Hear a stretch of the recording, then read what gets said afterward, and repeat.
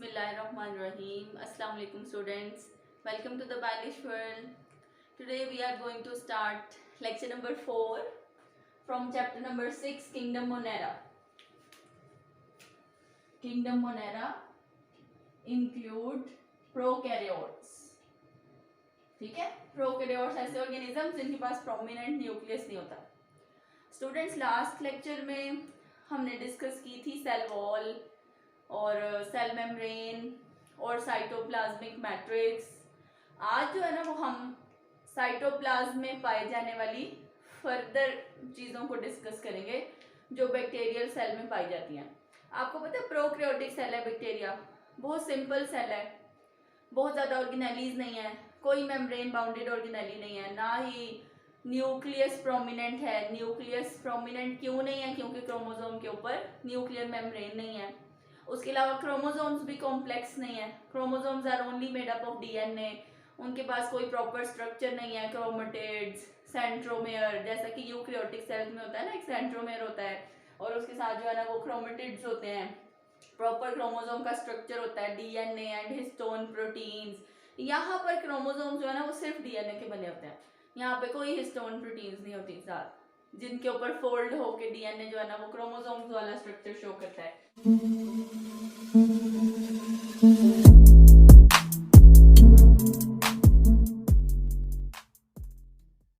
जैसे देखें यूकैरियोट्स के पास ना ऐसे प्रॉपर क्रोमोसोम्स हो जाते हैं ड्यूरिंग डिवीजन, ड्यूरिंग माइटोसिस, जिसमें क्या होता है डीएनए जो है वो हिस्टोन प्रोटीन्स के ऊपर ऐसे फोल्ड होना शुरू हो जाता है और ये सेंट्रोमेयर होती है, कॉन्स्ट्रिक्शन वाली साइड इस तरह. लेकिन बैक्टीरिया के पास क्या है? बैक्टीरिया के पास जो डीएनए है वो बहुत टाइटली फोल्डेड है अपने ऊपर ही और ऐसे सर्कुलर फॉर्म में पाया जाता है in the centre of the cell. इसके पास कोई हिस्टोन प्रोटीन्स नहीं है, इसका कोई प्रॉपर क्रोमोसोम्स वाला स्ट्रक्चर नहीं है. ये जो मैंने क्रोमोसोम्स बनाए हैं ये यूकैरियोट्स के बनाए हैं, ठीक है, और ये किसका है? प्रोकैरियोटिक सेल का है, ठीक है. सो हमारे पास आज जो टॉपिक हम स्टार्ट जिससे करने लगे हैं वो क्या है? न्यूक्लियोइड. सो ये जो सेंट्रल क्रोमोसोम पाया जाता है बैक्टीरिया में, इसको हम न्यूक्लियोइड भी कहते हैं. It is also named as nuclear material, nuclear region, chromatin body. So इनमें से हम कोई भी वर्ड जो है ना वो इसके लिए इस्तेमाल कर सकते हैं. सिर्फ न्यूक्लियस नहीं इस्तेमाल कर सकते क्योंकि इसके ऊपर न्यूक्लियर इन्वेलप नहीं है, इस वजह से हम इसे न्यूक्लियस नहीं कहते, ठीक है. सो वो कह रहे हैं जी, unlike cells of eukaryotic organism, bacterial cells lack discrete chromosomes and nuclear membrane. ना तो बैक्टीरियल सेल के पास प्रॉपर क्रोमोसोम्स होते हैं इस तरह के, और ना ही इनके क्रोमोसोम के ऊपर न्यूक्लियर मेम्ब्रेन होती है, ठीक है. लैक का मतलब नहीं होती. इनका डीएनए जो है is freely dispersed in the cytoplasm present in the centre of cell. Centre में जो है ना वो क्रोमोसोम कंडेंस्ड फॉर्म में पाया जाता है. DNA occupies a position near to the centre of the cell. ये देखें तकरीबन सेल के सेंटर में पाया जाता है. दिस इज द सिंगल, एक है सर्कुलर, गोल है, and double stranded DNA molecule. DNA double helical ही होता है. सिर्फ एक क्रोमोसोम जो है ना वो इनके पास पाया जाता है, that is only made up of DNA. Single circular double stranded DNA molecule is present near the center of the cell and this is the tightly folded to fit inside the cell. और अल्लाह ताला ने इसको क्या किया हुआ है? DNA को अपने ऊपर ही ऐसे टाइटली फोल्ड किया हुआ है कि ये एक छोटे से सेल के अंदर ही मौजूद है, ठीक है. बैक्टीरिया का जो डीएनए है ना उसको देखने के लिए लाइट माइक्रोस्कोप यूज की जाती है और उसके अलावा जो स्टेन यूज किया जाता है उसका नाम है जी फ्यूजन स्टेन. लाइट माइक्रोस्कोप से देखा जा सकता है, लेकिन कौन सा स्टेन यूज करके? फ्यूजन स्टेन यूज करके. जो एनिमल और प्लांट का न्यूक्लियस होता है ना वो तो आराम से मिथाइलिन ब्लू और आयोडीन यूज करके आराम से नजर आ जाता है, ठीक है. लेकिन इसके लिए हम एक स्पेशल स्टेन यूज करते हैं जिसे हम क्या कहते हैं? Fusion stain. इसी स्टेन को यूज करके हमने एस्केरिचिया कोलाई का क्रोमोसोम जो है ना वो देखा और फिर उसको मेजर किया कि उसका साइज जो है ना वो तकरीबन 14,000 माइक्रोमीटर था, ठीक है. ये एमसीक्यू का पॉइंट है. फिर उसके अलावा क्योंकि बैक्टीरिया के पास सिर्फ एक क्रोमोसोम पाया जाता है, इसलिए हम उसे हैप्लॉइड कहते हैं। जिनके पास डबल क्रोमोसोम्स पाए जाते हैं ना, जिनके हम पेयर कर सकते हैं, जैसे हम ह्यूमंस है ना, ह्यूमंस के पास कितने क्रोमोसोम्स पाए जाते हैं? 46। 46 का मतलब है जी 23 पेयर्स। तो इसे हम कहते हैं ये डिप्लॉइड है, ठीक है। क्यों? अगर हम n will be equals to 23, तो 2n 2 multiply by 23 is equals to 46 हो जाएंगे। तो जिनके पास डबल क्रोमोसोम्स होते हैं, पेयर बन सकते हैं उनके, उन्हें हम क्या कहते हैं? डिप्लॉइड। लेकिन इनके पास क्योंकि सिर्फ एक क्रोमोसोम है, इसलिए हम इन्हें क्या कहते हैं? हैप्लॉइड क्रोमोसोम, ठीक है। सो क्योंकि बैक्टीरिया के पास न्यूक्लियस प्रोमिनेंट नहीं है, इसलिए हम इसे nucleoid, nuclear material, nuclear region या क्रोमेटिन बॉडी का नाम देते हैं। एक छोटा सा single circular double stranded DNA molecule है जो कि सेल के तकरीबन सेंटर में पाया जाता है, बहुत टाइटली फोल्डेड है अपने ऊपर। लाइट माइक्रोस्कोप से और फ्यूजन स्टेन यूज करके इसे देखा जा सकता है। एक एस्केरिचिया कोलाई क्योंकि बहुत कॉमन बैक्टीरिया है, तो उसका मेजर किया साइज 14,000 माइक्रोमीटर, और ये हैप्लॉइड सिंगल क्रोमोसोम कहलाता है क्योंकि ये पेयर नहीं है, सिर्फ एक ही क्रोमोसोम है, ठीक है। नेक्स्ट टॉपिक है जी स्टूडेंट्स हमारे पास प्लाज्मिड्स का। अब देखिए ये जो मैंने आपको बताया ये तो क्रोमोसोम था जो कि इसके बैक्टीरिया का सेंटर है, जो कि इसका बॉस है, इसको हर तरह की ग्रोथ और रिप्रोडक्शन की इंफॉर्मेशन देता है। ग्रोथ, बैक्टीरिया ग्रो कैसे करते हैं? साइज बड़ा नहीं करते, इंक्रीज इन नंबर। बैक्टीरिया जब बाइनरी फिजन करते हैं, 1 से 2 हो जाते हैं, 2 से 4 हो जाते हैं, 4 से 8 हो जाते हैं, तो उसे हम क्या कहते हैं? Bacterial growth. बैक्टीरिया ग्रो कर रहे हैं, ठीक है। और जब उन्होंने रिप्रोडक्शन करनी होती है, नेक्स्ट जनरेशन प्रोड्यूस करनी होती है, वो भी वही है, बाइनरी फिजन के थ्रू करते हैं। सो ये सारा काम करने के लिए इंफॉर्मेशन कौन देता है? ये वाला क्रोमोसोम। लेकिन इस क्रोमोसोम के अलावा भी बैक्टीरिया के पास छोटे छोटे circular double stranded DNA molecules पाए जाते हैं प्लाज्मिड्स के अलावा। In addition to main chromosome there are also present plasmids that are circular double stranded DNA molecules। ये भी क्या है? छोटे छोटे डीएनए के सर्कुलर, इस तरह से हम इन्हें शो कर लेते हैं, मॉलिक्यूल्स हैं जो कि बैक्टीरिया के पास पाए जाते हैं। इन्हें हम क्या कहते हैं? प्लाज्मिड्स। ये बिल्कुल भी बैक्टीरिया की ग्रोथ और रिप्रोडक्शन में कोई रोल प्ले नहीं करते, ठीक है। ना इनका ग्रोथ से कोई लिंक है, ना इनका रिप्रोडक्शन से कोई लिंक है। ये बैक्टीरिया की इम्यूनिटी समझ लें आप, जैसे आपके पास इम्यूनिटी होती है एंटीबॉडीज की फॉर्म में, वैसे बैक्टीरिया भी जो है ना वो रेजिस्टेंट है, डिजीज रेजिस्टेंट है, ड्रग रेजिस्टेंट है, एंटीबायोटिक रेजिस्टेंट है, तो टॉक्सिक एजेंट से रेजिस्टेंट है, केमिकल एजेंट से रेजिस्टेंट है। तो ये जो है ना प्लाज्मिड्स के पास सारी इंफॉर्मेशन है, जिसकी वजह से बैक्टीरिया जो है ना एंटीबायोटिक खाएं उन्हें फर्क नहीं पड़ता। सो प्लाज्मिड्स के पास क्या है? रेजिस्टेंस की जीन्स मौजूद है। इनका कोई काम नहीं है, ये सेल को कोई काम करने की इंफॉर्मेशन नहीं दे रहे, ना ही सेल को एंजाइम बनाने की इंफॉर्मेशन दे रहे हैं, ना सेल की ग्रोथ में, ना उनकी रिप्रोडक्शन में, ना उनके इंक्रीज इन नंबर में, किसी चीज की इंफॉर्मेशन इनके पास नहीं है, क्योंकि वो सारी इंफॉर्मेशन किसके पास है? क्रोमोसोम के पास है, न्यूक्लियोइड के पास है। इनके पास सिर्फ रेजिस्टेंस की जीन्स मौजूद है, जिनकी वजह से बैक्टीरिया जो है वो बहुत ज्यादा स्ट्रॉन्ग होते हैं। So circular double-stranded DNA molecule in addition to chromosome, main chromosome, these are self-replicating। ये खुद 1 से 2 हो जाती हैं। ये देखिए प्लाज्मिड है, जरूरत पड़ी है बैक्टीरिया को रेजिस्टेंस ज्यादा चाहिए तो वो 1 से क्या हो जाएगा? प्लाज्मिड 2 हो जाएगा, ठीक है। बैक्टीरिया के डिवीजन का वेट नहीं करेगा। ये नहीं कि बैक्टीरिया ने आफ्टर 20 मिनट्स डिवाइड होना है तो हम उसके साथ डिवाइड करेंगे। प्लाज्मिड्स जब भी चाहें, depending upon the requirement of the bacterial cells activity, plasmids जो है ना वो क्या कर सकते हैं? रेप्लिकेट कर सकते हैं। So they are called as self replicating and they are not essential for bacterial growth and metabolism. ये जरूरी नहीं है ग्रोथ और मेटाबॉलिज्म में। इनका फंक्शन क्या है? इनका फंक्शन है जी they are drug resistant, heavy metal resistant, disease resistant and insect resistant genes are present on these plasmids. इन्हीं प्लाज्मिड्स की वजह से बैक्टीरिया जो है ना वो एंटीबायोटिक से भी फाइट करने की एबिलिटी रखता है, ठीक है। वैसे सबसे इम्पोर्टेंट और सबसे ज्यादा जो इस्तेमाल आजकल चल रहा है ना प्लाज्मिड्स का, वो क्या है जी? Important vectors in genetic engineering. Genetic engineering में क्या किया जाता है? हम अपने मर्जी की जीन ले लेते हैं, जी हम क्या करते हैं, जैसा कि हमने जो है ना वो ह्यूमन इंसुलिन की जीन ली और हम ह्यूमन इंसुलिन प्रोड्यूस करना चाहते हैं, तो ये ह्यूमंस का डीएनए, इसमें से हम ह्यूमन की इंसुलिन जीन कट ऑफ कर लेते हैं। कट करने के बाद जो है ना वो हम क्या करते हैं, बैक्टीरिया से ये प्लाज्मिड ले लेते हैं।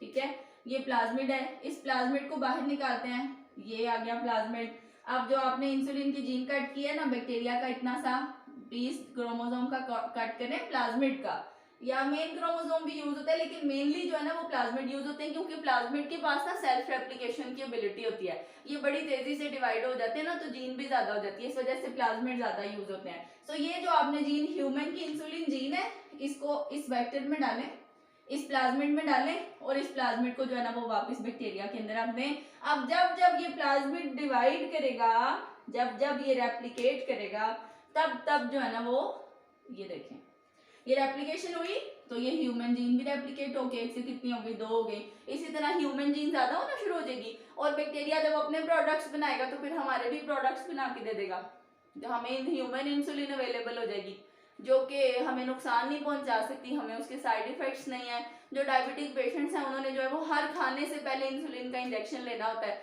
तो अगर हम जानवरों से इंसुलिन बनाते थे ना तो उससे लोगों को इन्फेक्शन हो जाया करते थे। भैंसों से इंसुलिन गेन किया करते थे, पिग्स से, पोक्राइन एंड बोवाइन सोर्सेस कहते थे इनको।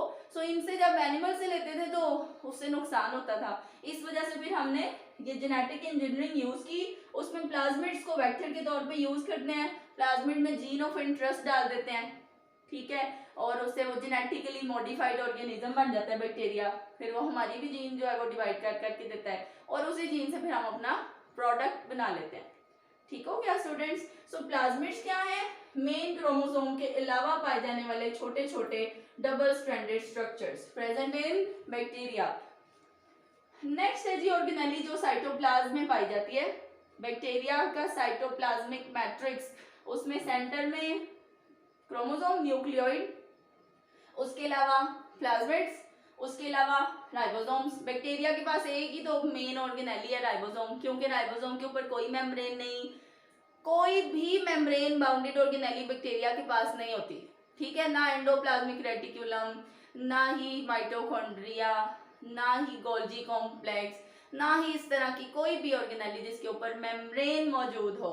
सो राइबोसोम्स ऐसी ऑर्गेनेली है जिसके ऊपर कोई मेम्ब्रेन नहीं है, ठीक है, मेम्ब्रेन की जरूरत ही नहीं है। देखिए आपके पास एक मोती है, मोती हैं 10-12 मोती ले आप, उन मोतियों के ऊपर आपने जो है ना उनके अंदर से धागा गुजार के उसको उसके ऊपर मोतियों के ऊपर से फोल्ड कर करके मोती पिरोए हुए हैं और फिर उन मोतियों को की जो चेन बनाई है उसको आपने अपने ऊपर ही फोल्ड कर कर कर करके एक छोटा सा दानेदार स्ट्रक्चर बना लिया है। मुझे बताएं क्या उसके ऊपर किसी मेम्ब्रेन की जरूरत है? वो तो खुद ही इतना फोल्डेड और इतना क्लोजली पैक्ड स्ट्रक्चर है कि आपको उसके ऊपर किसी मेम्ब्रेन की जरूरत नहीं है। मेम्ब्रेन की जरूरत तो उसको होती है ना जिसके अंदर कोई मैट्रिक्स हो या कोई जेली लाइक मटेरियल हो जिसको कवर करके आपने मटेरियल को एक जगह पे रखना है। तो यहाँ पे ऐसा कुछ नहीं, यहाँ पे डीएनए एक धागे की तरह है और प्रोटीन्स जो हैं वो मोतियों की तरह हैं। तो उन मोतियों को हमने जो है वो धागे में पिरो के फिर उनकी जो स्ट्रिंग बना है हमारे पास उसको अपने ऊपर फोल्डेड बैक करते जाना जब तक कि वो एक मजबूत और ग्रेन्युलर दानेदार स्ट्रक्चर ना बन जाए, ठीक है। So ribosomes are made up of RNA and proteins. Ribosome freely floating भी पाए जाते हैं बैक्टीरिया के पास और वो मेम्ब्रेन के साथ अटैच भी होते हैं। उनका काम क्या है? प्रोटीन बनाना, डीएनए इंफॉर्मेशन देगा, राइबोसोम्स प्रोटीन बनाएंगे। Thousands of ribosomes are present in cytoplasm and prokaryotic ribosome are smaller than eukaryotic ribosome. Eukaryotes के राइबोसोम साइज में बड़े होते हैं और प्रोकैरियोट्स के राइबोसोम साइज में छोटे होते हैं और कोई डिफरेंस नहीं है, दोनों का सेम फंक्शन है, दोनों की सेम कॉम्पोजिशन है, सिर्फ साइज का डिफरेंस है, ठीक है। राइबोसोम्स का काम क्या है? प्रोटीन सिंथेसिस करना, प्रोटीन्स बनाना according to the information of DNA. Okay students, चलिए जी अब हम चलते हैं अगले टॉपिक की तरफ, that is mesosomes. Mesosomes are also present in cytoplasmic matrix of bacteria. These are not actually proper structures present in bacteria, कोई खास स्ट्रक्चर्स नहीं है ये क्या है? सेल मेम्ब्रेन की इमेजिनेशंस है। जैसे ये देखें स्टूडेंट्स, ये सेल मेम्ब्रेन है ना बैक्टीरिया की, ये अंदर की तरफ आ गई, ये देखें इन the form of tubules, in the form of lamella, ये देखें इन द फॉर्म ऑफ स्फीयर्स। इस तरह से जो मेम्ब्रेन है ना, बैक्टीरिया की मेम्ब्रेन जब इन्वेजिनेशंस बनाती है, then these invaginations are called as mesosomes. ठीक है, बैक्टीरिया की सेल मेम्ब्रेन ही जब फोल्डिंग्स बनाती है तो उन्हें हम क्या कहते हैं, mesosomes in the form of vesicles, tubules and lamellae. इन तीनों फॉर्म्स में पाई जा सकती हैं। डीएनए रेप्लिकेशन, अच्छा जी, अब फंक्शन क्या है जी मीजोसोम्स के, डीएनए की रेप्लिकेशन करना। डीएनए की रेप्लिकेशन क्या होती है, डीएनए 1 से 2 हो जाता है। तो देखें बैक्टीरिया के पास एक डीएनए था, ये आ गया जी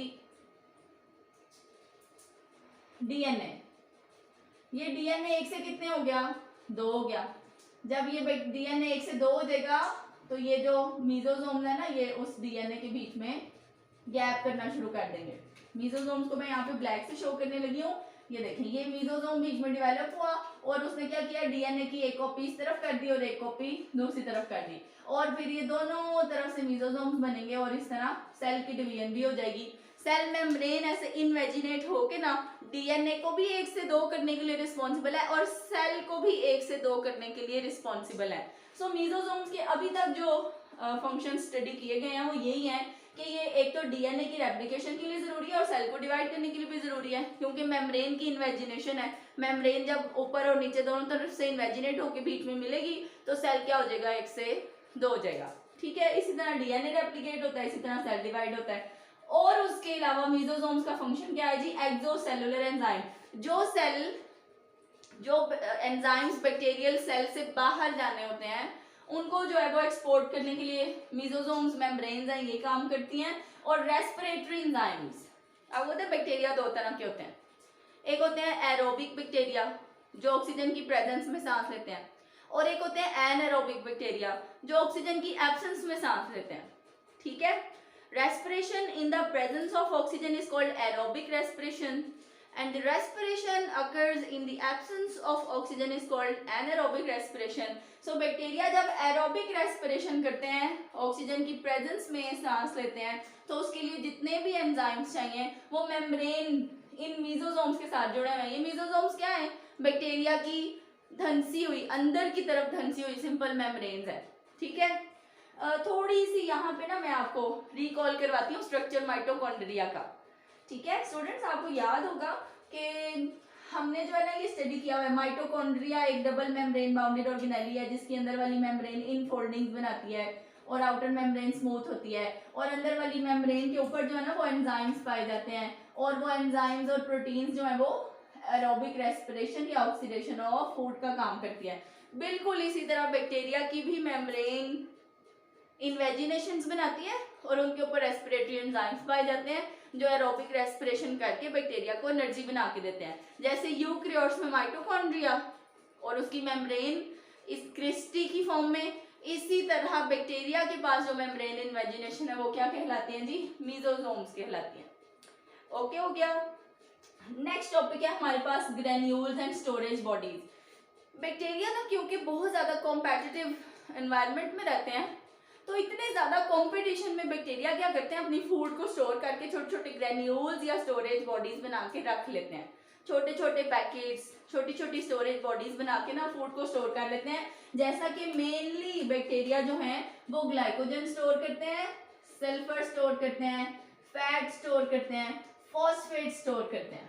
तो ये सारी उनकी यूजफुल चीजें हैं।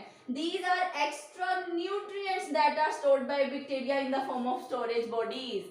So ये जो 4 चीजें हैं ना, glycogen, sulphur, fats and phosphates, ये जब एक्स्ट्रा हो बैक्टीरिया के पास तो वो क्या करता है, उनको स्टोर करके रख लेता है ताकि अनफेवरेबल कंडीशंस में उसको यूज कर सके।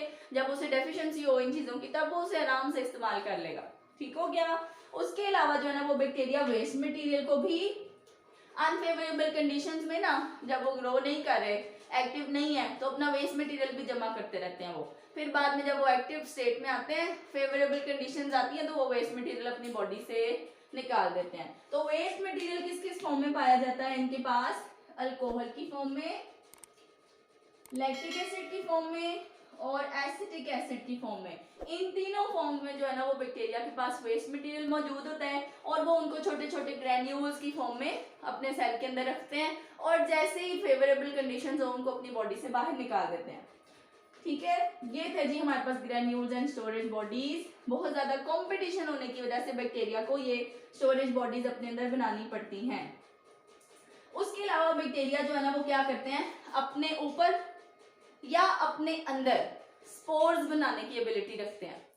अगर तो बैक्टीरिया वेजिटेटिव सेल के ऊपर, वेजिटेटिव सेल किसे कहते हैं, वेजिटेटिव सेल ऐसा सेल है जिसके पास डिवाइड होने की एबिलिटी है, ग्रो होने की एबिलिटी है, जो अपने अंदर सारी तैयारी कर रहा है ग्रोथ की, लेकिन अभी फिलहाल वो रिप्रोडक्शन नहीं कर रहा, वो 1 से 2 नहीं हो रहा, अभी वो सिर्फ उसके लिए प्रिपरेशन कर रहा है, अभी वो डिवाइड नहीं हो रहा। सो वेजिटेटिव सेल एक एक्टिव सेल है जो अपने अंदर सारी केमिकल एक्टिविटीज परफॉर्म कर रहा होता है, सिर्फ रिप्रोडक्शन करके 1 से 2 नहीं हो रहा होता। तो ऐसी सूरत में बैक्टीरिया क्या करते हैं, अनफेवरेबल कंडीशंस गुजारने के लिए ना, अभी कंडीशंस फेवरेबल नहीं है, बैक्टीरिया अगर प्रोड्यूस हो भी गए तो वो डैमेज हो जाएंगे। सो बैक्टीरिया क्या करते हैं, अगर तो वो वेजिटेटिव सेल के बाहर स्पोर बना लें तो उसे एक्सोस्पोर कहते हैं, और अगर वो वेजिटेटिव सेल के अंदर स्पोर बना लें तो उसे क्या कहते हैं, एंडोस्पोर कहते हैं। ठीक है, जब वो एंडोस्पोर अपने अंदर बनाते रहते हैं, फेवरेबल कंडीशन आती है, एंडोस्पोर बाहर निकालते हैं, उससे एक और बैक्टीरिया बन जाता है। ठीक है स्टूडेंट्स, उसके अलावा स्पोर्स के पास एबिलिटी क्या है कि स्पोर्स डैमेज नहीं होते, spores have resistance to light, बहुत तेज रोशनी से रेजिस्टेंट हैं, डैमेज नहीं होते, ज्यादा टेम्परेचर हो, गर्म किया, देखिए आपने अक्सर देखा होगा दूध जो है ना वो पैस्चराइजेशन के प्रोसेस के बाद टेट्रा पैक्स में डाल के मार्केट में आ जाते हैं। जब उनकी पैस्चराइजेशन की जाती है ना तो उन्हें गर्म किया जाता है, दूध को जब गर्म किया जाता है फिर उसे टेट्रा पैक्स में पैकेट्स के अंदर बंद कर दिया जाता है, फिर भी उसके ऊपर एक्सपायरी डेट लिखी जाती है, आफ्टर सम टाइम वो दूध जो है ना वो एक्सपायर हो जाना होता है, खराब हो जाता है, उसमें बैक्टीरिया पैदा हो जाते हैं। हालांकि हमने तो वो टेट्रा पैक खोले भी नहीं, टेट्रा पैक्स बिल्कुल बंद है, लेकिन वो ऐसे बैक्टीरिया होते हैं जिन्होंने अपने ऊपर या अपने अंदर स्पोर्स बना के रखे होते हैं, और स्पोर्स को तो टेम्परेचर से भी कुछ नहीं होता, पीएच से भी कुछ नहीं होता, रेडिएशन से भी कुछ नहीं होता, लाइट से भी कुछ नहीं होता। सो वो बैक्टीरिया जो है ना वो छुप के दूध के अंदर करते रहते हैं ग्रो, और जैसे ही कुछ टाइम गुजरता है वो अपने स्पोर्स में से जो है वो नए बैक्टीरिया पैदा करते हैं, टेट्रा पैक्स के अंदर भी दूध क्या हो जाता है, खराब हो जाता है, उसमें बैक्टीरिया पैदा हो जाते हैं। ये बैक्टीरिया कहीं बाहर से नहीं आए, टेट्रा पैक्स का मतलब है 4 लेयर्स हैं, 4 लेयर्स हैं प्रोटेक्टिव, जिनके अंदर दूध को जो है वो प्रिजर्व किया हुआ है। ठीक है, लेकिन बैक्टीरिया ने स्पोर्स बनाए होते हैं, इस वजह से उसको हमने हीट भी किया था, हमने रेडिएशन से भी गुजारा था, फिर हमने उसे पैक भी कर दिया है, लेकिन फिर भी कुछ देर के बाद एक्सपायरी होनी है उसकी, क्योंकि बैक्टीरिया के पास ये स्पोर्स बनाने की एबिलिटी है। केमिकल एजेंट से भी कोई फर्क नहीं पड़ता, वो जो दूध में प्रिजर्वेटिव्स डालते हैं ना उससे भी कोई फर्क नहीं पड़ता इन स्पोर्स को, जब भी उन्हें फेवरेबल कंडीशंस लगेगी वो ग्रो करना शुरू कर देंगे। उसके अलावा बैक्टीरिया जो है ना वो सिस्ट की फॉर्म में भी पाए जाते हैं। सिस्ट क्या है, ग्रुप ऑफ बैक्टीरिया, जब बहुत सारे बैक्टीरिया ग्रुप बना के एक जगह पे रहते हैं ताकि वो अनफेवरेबल कंडीशंस को गुजार सके, तो उसे हम क्या कहते हैं, सिस्ट। डोरमेंट है, डोरमेंट का मतलब होता है इनएक्टिव, बैक्टीरिया इस सिचुएशन में कुछ नहीं कर रहा। थिक वॉल्ड मतलब मोटी मोटी दीवारें हो जाती हैं, सारे बैक्टीरिया मिलके रहना शुरू कर देते हैं। डेजिकेशन रेजिस्टेंट, किसी भी किस्म के एक्सटर्नल डैमेज से उसको कोई फर्क नहीं पड़ेगा सिवाय हीट के। सिस्ट और स्पोर में एक ये डिफरेंस है कि ये सिंगल सेल होता है, ये ग्रुप ऑफ सेल होते हैं, और दूसरा डिफरेंस ये है कि ये हीट रेजिस्टेंट है, ये हीट रेजिस्टेंट नहीं है। ये सिस्ट की हालत में अगर बैक्टीरिया वाली किसी चीज को गर्म किया जाएगा तो बैक्टीरिया डेड हो जाएंगे। They are not heat resistant, ये हीट रेजिस्टेंट नहीं है। सो ये सारी चीजें जो आज हमने डिस्कस की हैं, these are present in cytoplasmic matrix. Bacteria का साइटोप्लाज्म ऐसे छोटा सा सिंपल सा है जिसके अंदर मेम्ब्रेन बाउंडेड ऑर्गेनेलीज वगैरह कुछ नहीं है, ये सिंपल सिंपल से स्ट्रक्चर्स हैं, थोड़ी सी उसकी एक्टिविटीज होती हैं बैक्टीरिया की जिनके लिए ये सब काम करती हैं। नेक्स्ट लेक्चर में इंशाल्लाह ताला हम न्यूट्रिशन ऑफ बैक्टीरिया पढ़ेंगे, बैक्टीरिया फूड कैसे हासिल करता है। फर्दर लेक्चर्स के लिए आप चैनल को सब्सक्राइब करें। Thank you, Allah Hafiz.